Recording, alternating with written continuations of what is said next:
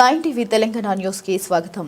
Ghatkesar revenue పరిధిలోని ఏకశిల venture, Venkatadri వెంచర్లో ఉద్రిక్త ఇరు వర్గాల పరస్పర దాడులు జరగగా వెంకటాద్రి టౌన్షిప్ యాజమాని వెంకటేశ్వర్లు తార్నాకలోని తన కార్యాలయంలో మీడియా సమావేశం ఏర్పాటు చేశారు.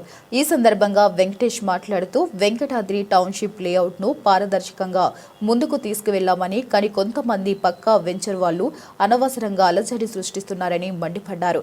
సరైన అన్ని పత్రాలు ఉన్నాయని తెలిపారు. పక్క వెంచర్ కు సంబంధించి హద్దులు వారు చూసుకోలేక వెంకటాద్రి టౌన్షిప్ లోకి వస్తున్నారని ఆవేదన వ్యక్తం చేశారు. ఎంపీ ఈటెల రాజేందర్ టైం ఇస్తే అన్ని విషయాలను తెలియజేస్తానని, తన వద్ద ఉన్న పత్రాలను కూడా చూపిస్తానని తెలిపారు. వెంచర్ కు సెక్యూరిటీగా ఉన్న వారి మీద దాడి చేయడానికి వచ్చారని, దీంతో వారు పక్కన వారిని సంప్రదించగా వాళ్ళు సపోర్ట్ గా వచ్చారని తెలిపారు. దాడి జరుగుతుందని పోలీసులకు తెలిపినా స్పందించకపోవడంతో సెక్యూరిటీ స్థానికులకు విషయం తెలుపగా వారు వచ్చి అడ్డుకున్నారని తెలిపారు. దీంతో ఎవరిని కొట్టారో తెలియదని చెప్పారు.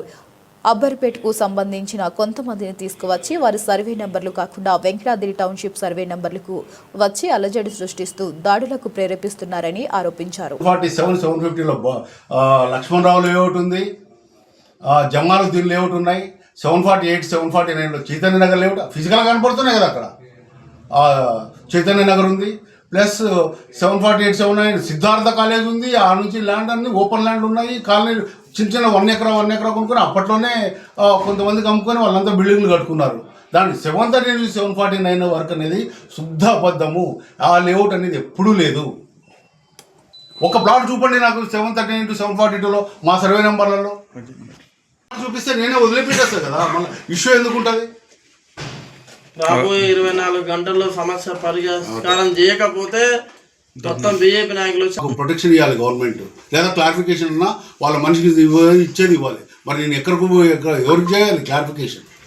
కోర్టుకు చేయాలన్నా? వీళ్ళు కోర్టులో అన్ని డిక్లేర్ చేసి చెప్పి మా ఫేవర్ వచ్చినాయి. వాళ్ళు పోయి మరి కలెక్టర్కు లెటర్ రాయాలి. ఈ ల్యాండ్ ఎవరిది, ఇది ఇష్యూ ఏంటి, ఇది కలెక్టర్ రాసి క్లారిఫికేషన్ తీసుకోవాలి. గతంలో కూడా కలెక్టర్ వచ్చి వెరిఫికేషన్ అండి నేను ఒప్పుకుంటున్నా ల్యాండ్ కాదని కలెక్టర్ ప్రూఫ్ చేయమనండి. ఆర్డర్ ఇస్తే వదిలిపెట్టేస్తా కదా. ఎవరు డిక్లేర్ చేయాలి ల్యాండ్ పోనీని? ఇప్పుడు నేను ఆర్డర్లో ఇవన్నీ చూపిస్తా, వాళ్ళేమో దొంగలు అయిపోయి దొంగలు డ్రామా ఆడుతున్నారు. చీట్ చేశారు కాబట్టి ఎంతసేపు వాళ్ళే సమర్థించుకుంటారు. కలెక్టర్కు నేను క్లారిఫికేషన్ ఇచ్చినా, నేను సబ్మిట్ చేసుకున్నా, రిప్రజెంటేషన్ ఇచ్చినా, ఇవన్నీ కలెక్టర్ స్టాంప్ కూడా ఉన్నాయి చూడండి. కలెక్టర్ గారికి మొత్తం తెలుసు మ్యాటర్లు. కలెక్టర్ గారికి సబ్మిట్ చేశాను మొత్తం అంతా. వాళ్ళు కలెక్టరేట్లో మొత్తం అంతా ఉంది. ఎంఆర్ఓలు కానీ వాళ్ళకి కానీ అందరికీ ఇచ్చాను నేను. మీద వాళ్ళ నెంబర్ 740 మా దాన్ని స్టే ఇస్తూ వాళ్ళకి ఇంజక్షన్ ఇచ్చారు.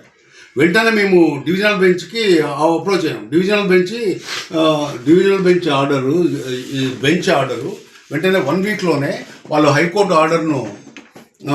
High court single బెంచ్ని మభ్యపెట్టారు. సేమ్ జడ్జిని అప్రోచ్ కానీ మీరు సేమ్ జడ్జికి డైరెక్షన్ ఇస్తూనే ఆర్డర్ కరెక్ట్ అయింది. 1 వీక్లోనే ఆర్డర్ కరెక్ట్ అయింది. కరెక్షన్ చేస్తూ నీది ఈ కరెక్షన్ ఆర్డర్ నీది 743 సర్వే నెంబరే అని చెప్పి వాళ్ళకి పెడుతూ జుబేర్ అక్రమ్ది ఇది ఆల్రెడీ 1399లో డిస్మిస్ అయిపోయి ఇది అన్ఐడెంటిఫైబుల్ కింద 1399 మా ల్యాండ్ ఓనర్స్ దగ్గర ఆయన చనిపోయేంత వరకు ఆయన ఉన్నాడు.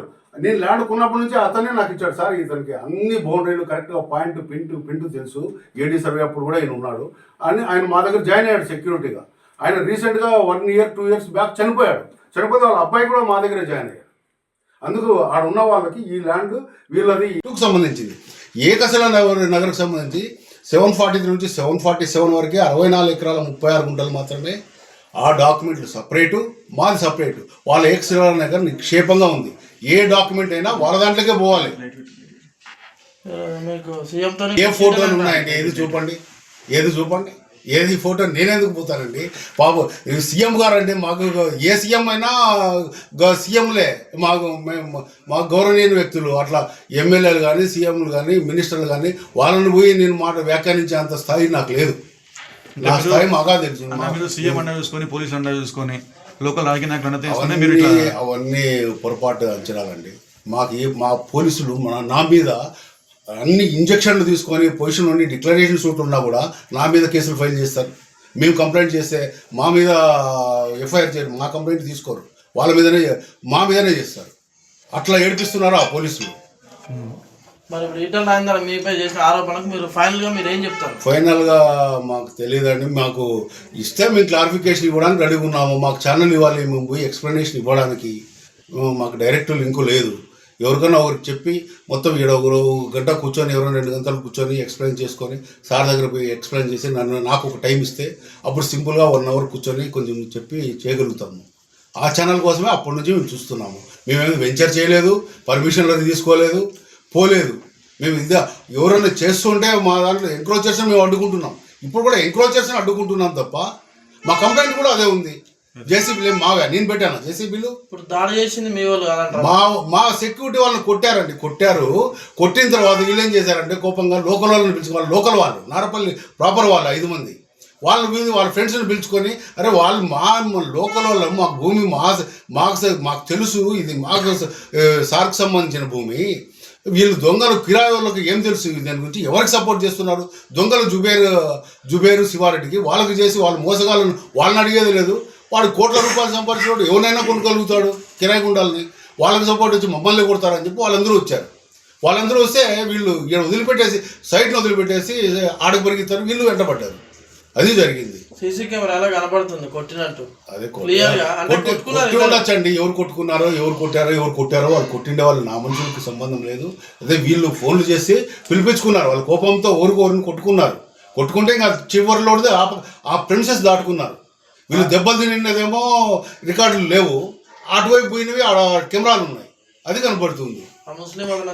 వచ్చింది కానీ దెబ్బలు తిన్న వ్యక్తులు ఎవ్వరికి ల్యాండ్కు సంబంధం లేదు. వాళ్ళ ప్లాట్ ఓనర్లకు సంబంధించింది కాదు, ఒక్కరికి కూడా ప్లాట్ లేదు. వాళ్ళంతా అవుటర్సు, బయటకు సంబంధించిన వ్యక్తులు. ఒక్కరికి ప్లాట్ చూపించండి ఆ దెబ్బలు తిన్న వ్యక్తులకి. అంటే అది నాకు తెలియదు కానీ వాళ్ళకి తెలుసు. వాడ కాపురం ఉన్న సెక్యూరిటీ వాళ్ళకి వాళ్ళు